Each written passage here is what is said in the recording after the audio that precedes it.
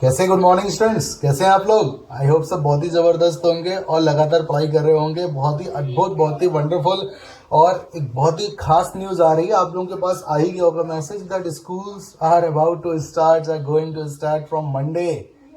तो we will meet at school on Monday. Okay, so we are going to meet. और चलिए, पढ़ाई का दौर शुरू होता है, फिर से हम पढ़ाइयों में जुटेंगे, क्लासरूम्स होंगे। तो I am so excited. I hope आपको भी बड़ी खुशी हो रही होगी ये जानकर कि आपको आपके टीचर्स दोबारा से लाइव पढ़ाते हुए दिख रहे होंगे। स्कूल का माहौल में फिर से आपको पढ़ने को मिलेगा। तो चलिए ठीक है, लेकिन बहुत अच्छी बात है। लेकिन जो चल रहा है जब तक, तब तक अपनी स्टडी को कंटिन्यू करते हैं। तो हम बात कर रहे थे हाइगेंस में, यानी कि वेव ऑप्टिक्स का पहला चैप्टर था हाइगेंस प्रिंसिपल। तो बेसिकली हमने उसकी हाइगेंस वेव थ्योरी आपने डिस्कस कर ली थी, किस तरीके से ये आया, डुअलिटी आपने को बताई थी मैंने। आज यहाँ पर जो बहुत ही इंपॉर्टेंट टॉपिक है वो हम डिस्कस करते हैं। आज हम बात करेंगे हाइगेंस प्रिंसिपल के लिए एक बहुत ही इंपॉर्टेंट कॉन्सेप्ट होता है वेव फ्रंट। क्या होता है वेव फ्रंट? तो बेसिकली वेव फ्रंट क्या होता है और इसके जो डिफरेंट साइज हैं and different types of wave front and different types. तो we talk about that what is wave front and what are the types, different types of wave front. कि wave front क्या होता है और wave front के different different types क्या होते हैं।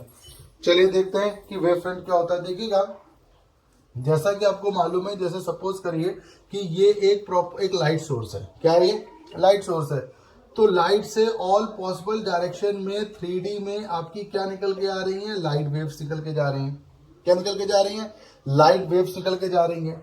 किसी पर्टिकुलर टाइम पर, जैसे मान के चलिए आपके पास वेव, कोई भी वेव की जो इक्वेशन होती है वो क्या हो सकती है, यानी कि कोई भी वेव की जो इक्वेशन होती है वो होती है ए साइन, बेसिकली ए साइन ओमेगा टी प्लस के एक्स। आई वाज समझ में, this is a wave equation. और ये जो x यहां पर लिया जाता है ये डिस्प्लेसमेंट होता है वेव का।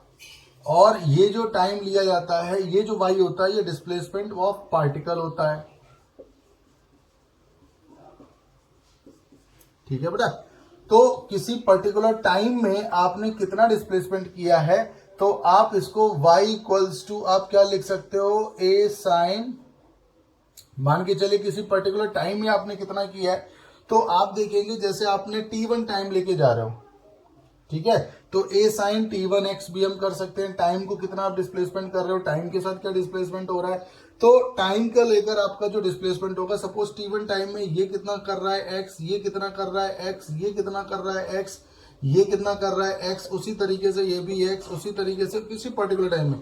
तो जितने भी पॉइंट किसी मूविंग वेव के लिए, यानी कि वाइब्रेटिंग वेव के लिए, जो भी पॉइंट एक ही टाइम पर बेसिकली आपके सेम रीजन में होंगे, सेम फेस पर होंगे, तो सेम फेस रिप्रेजेंट करेंगे किसी अलॉटेड टाइम में। जैसे ये t1 हो गया, ये हो जाएगा ओमेगा t1 प्लस के एक्स।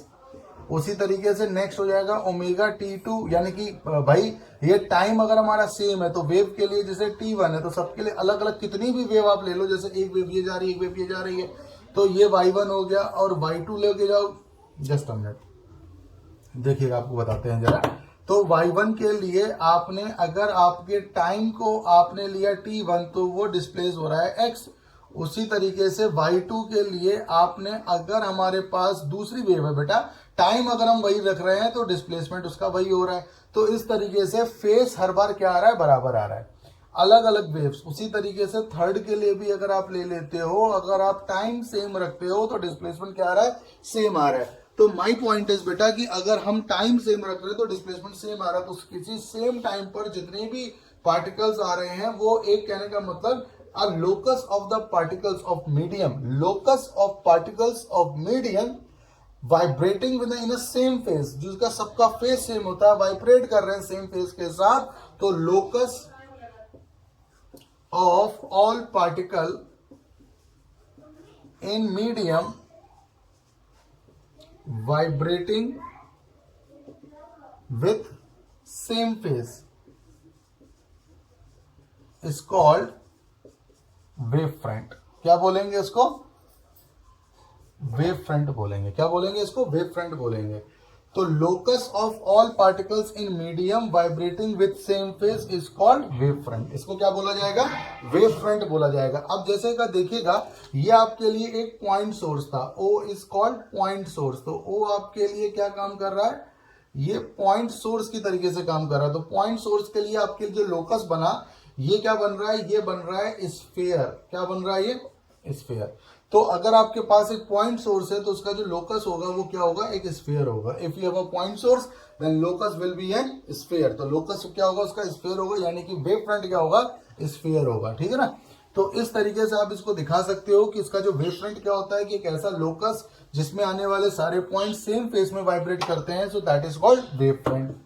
ठीक है, अभी मान के चलिए ये पॉइंट सोर्स है, तो इस तरीके का वेव फ्रंट उसके चारों तरफ प्रोड्यूस हो रहा है और इसकी जो डायरेक्शन होगी कहीं भी किसी भी डायरेक्शन में, तो वो वेव फ्रंट के साथ क्या होगी? परपेंडिकुलर होगी। कैसी होगी? परपेंडिकुलर होगी। ये हमेशा, ये एक अलग वेव फ्रंट है जो x1 डिस्टेंस पे बन रहा है सपोज, ये एक अलग है जो x2 डिस्टेंस पे बन रहा है। कहने का मतलब x1 डिस्टेंस के जितने भी वेव फ्रंट होंगे उनका लोकस सबकी डिस्टेंस x1 होगी, और जो दूसरा लोकस बन रहा है इन सबकी डिस्टेंस सेंटर के साथ क्या होगी? x2 होगी। तो बेसिकली सब अपने अपने फेस में होंगे, सब अपने अपने लोकस में सेम फेस को रिप्रेजेंट कर रहे होंगे। तो अगर हम अब आगे जो टॉपिक में जाते हैं वो आता है types of wave front.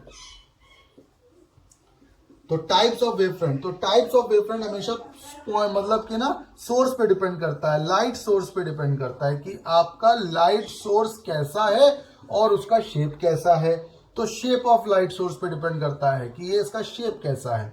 Generally ये 3 टाइप्स के मिलते हैं, 3 टाइप्स। पहला क्या हो जाएगा? अगर लाइट सोर्स हमारा पॉइंट सोर्स है, यानी कि अगर लाइट सोर्स हमारा पॉइंट सोर्स है, जैसे ये पॉइंट था, तो आपके लिए चारों तरफ ये कैसा बनेगा? स्फीयर। कैसा बनेगा?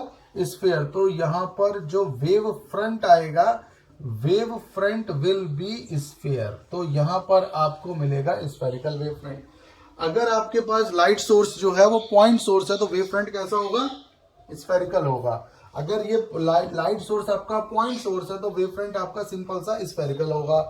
अगर नंबर 2, जगह नहीं है बेटा इसके ऊपर लिख रहा हूं, अगर नंबर 2 आपका लाइट सोर्स कहां है? इन्फिनिटी पर, कैसा भी हो, जब वो इन्फिनिटी पर होगा तो वहां से रेज आपकी कैसी आ रही होंगी? पैरेलल आ रही होंगी। कैसी आ रही होंगी? पैरेलल आ रही होंगी। तो उसके लिए जो वेव फ्रंट बनेगा, उसके लिए जो वेव फ्रंट बनेगा वो कैसा होगा? प्लेन वेव फ्रंट होगा। कैसा होगा? प्लेन वेव फ्रंट होगा। कब होगा? जब आपकी लाइट सोर्स इन्फिनिटी पर है, यानी कि बहुत दूर है। एट इन्फिनिटी आपका लाइट सोर्स इन्फिनिटी पर है तो वेव फ्रंट कैसा बनेगा? प्लेन वेव फ्रंट बनेगा। और किसी भी पोर्शन पे इंस्टेंट पे वो बनाओगे तो वो ऐसा नहीं कि केवल एक ही बन रहा है, जैसे जैसे इंस्टेंट आपका टाइम चेंज होता चला जा रहा है आपका वेव फ्रंट भी आगे आगे आगे आगे बनता चला जाएगा, होता चला जाएगा वो। तो ये आपका प्लेन वेव फ्रंट बनेगा। कब? जब लाइट सोर्स आपकी इन्फिनिटी पर है और वहां से रेज ऑफ लाइट पैरेलल आ रही हैं। इन रेज को जो वेव फ्रंट के परपेंडिकुलर होती हैं इनको रे कहा जाता है, और ये प्रोपगेशन की डायरेक्शन को दिखाती हैं। तो ये क्या दिखा रही हैं? Direction of propagation. क्या दिखा रही हैं ये? Direction of propagation. तो they are saying, they are telling us about the direction of propagation. तो ये डायरेक्शन ऑफ प्रोपगेशन हमको बताएंगी। तो अगर लाइट सोर्स हमारा इन्फिनिटी पर है तो इन्फिनिटी लाइट सोर्स की वजह से वेव फ्रंट आपका कहा कैसा होगा? प्लेन वेव फ्रंट बनेगा। लाइट सोर्स का शेप कैसा भी हो, लेकिन अगर वो इन्फिनिटी पर है, यानी कि अगर सोर्स हमसे बहुत दूर है, तो किसी भी शेप का होगा उसका वेव फ्रंट कैसा बनेगा? प्लेन बनेगा। कैसा बनेगा? प्लेन बनेगा। अब आ जाइए नंबर 3 पर। नंबर 3 पर क्या मिल रहा है आपको? अगर हमारा जो लाइट सोर्स है, if our light source is cylindrical, यानी कि बेसिकली लाइन सोर्स, यानी कि लाइन है, या कहने का मतलब लेंथ है उसमें, या आपके पास जो लाइट सोर्स जा रहा है वो काफी लेंथ का जा रहा है, या लाइट सोर्स जो है वो लाइन वाला है, यानी कि लेंथ है उसमें। जैसे कि आपकी रॉड, आपकी ट्यूबलाइट होती है ना, जैसे ये ट्यूबलाइट है, देखिएगा इसका इधर भी वेव जा रहा होगा प्रोपगेशन, ये इधर भी होगा, इधर भी होगा, इधर भी होगा, इधर भी होगा, इधर भी होगा। इनमें से किसी को भी आप ले लो, जैसे कि लास्ट और फर्स्ट के, इसको कंबाइन कर दो, तो यहाँ पर हर पॉसिबल डायरेक्शन में ये दे रहा है, हर पॉसिबल डायरेक्शन में दे रहा है। तो स्फेरिकल भी बनेगा और लाइन की वजह से लेंथ भी जाएगा। तो जो वेव फ्रंट होगा बेटा वो सिलिंड्रिकल होगा। कैसा होगा? सिलिंड्रिकल। अगर हमारा लाइट सोर्स जो है वो लाइन सोर्स है, कैसा है? लाइन सोर्स है, तो वेव फ्रंट कैसा बनेगा, सिलेंड्रिकल बनेगा। वेव फ्रंट कैसा बनेगा, सिलेंड्रिकल बनेगा। तो अगर हमारा लाइन सोर्स जो है, लाइट सोर्स जो है, वो लाइट सोर्स की तरह बिहेव कर रहा है, तो वेव फ्रंट हमारा कैसा बनेगा, सिलेंड्रिकल बनेगा। तो आपने वेव फ्रंट देखा, टाइप्स ऑफ वेव फ्रंट देखे, ज्यादा कराने का कुछ वो नहीं है बेनिफिट, क्योंकि आगे जो आपका जो स्टार्ट होगा बेटा वो तो न्यू ही स्टार्ट होना है। तो ठीक है ना। तो वेव फ्रंट आपने पढ़ा, वेव फ्रंट पढ़ा। कल संडे है, although it's Sunday tomorrow, but still we will have a video we will have a video, I will post your video, जिसमें हम इसके प्रिंसिपल्स की बात करेंगे, ठीक है ना। तो कल के वीडियो में हम बात करेंगे हाइगेन्स प्रिंसिपल क्या होते हैं बेसिकली। तो आई थिंक ये 10 मिनट वीडियो केवल एक टॉपिक के ऊपर था, तो इसको प्लीज देखिएगा, बहुत अच्छा टॉपिक है, 1 मार्क्स में आपसे बहुत पूछा जाता है। कल के वीडियो में हम बात करेंगे आगे की, okay, Huygens principle की। this is for this video is only for this elaborate as the types of wave fronts and what is the wave front, okay। तो मिलते हैं कल के वीडियो में Huygens principle के साथ, which is a very important concept for you। so मिलते हैं कल, बाय बाय।